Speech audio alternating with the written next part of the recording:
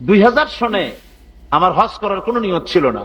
হঠাৎ করিয়া হজের আগে, মাত্র কয়েকদিন আগে, বাদশাহ ফাহাদ তিনি বাংলাদেশে তাদের দূতাবাসের মাধ্যমে আমাকে রাজকীয় মেহমান হিসেবে দাওয়াত দিলেন হজ করার জন্য।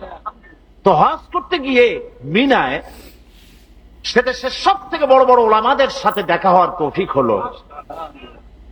সুবহানাল্লাহ, আলেম কারে বলে? আমার দেশের মানুষেরা আলেমদের মর্যাদা বোঝে না।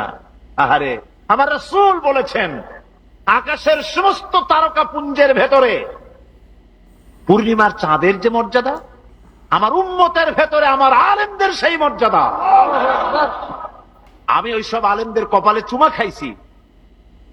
সুবহানাল্লাহ, তাদের হাত পায়ের যোগ্যতাও আমাদের নাই। কত বড় আলেম! সুবহানাল্লাহ। সৌদি আরবের সব থেকে বড় আলেম যিনি ইন্তেকাল করেছেন, বিন বাজ, নওয়ারাল্লাহু মারকাদাহু ওয়া জাআলাল জান্নাতা মাসওয়াহু।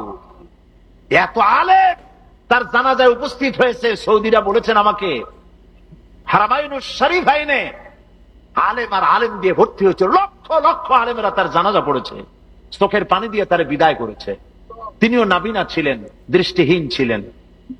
সুবহানাল্লাহ, কত বড়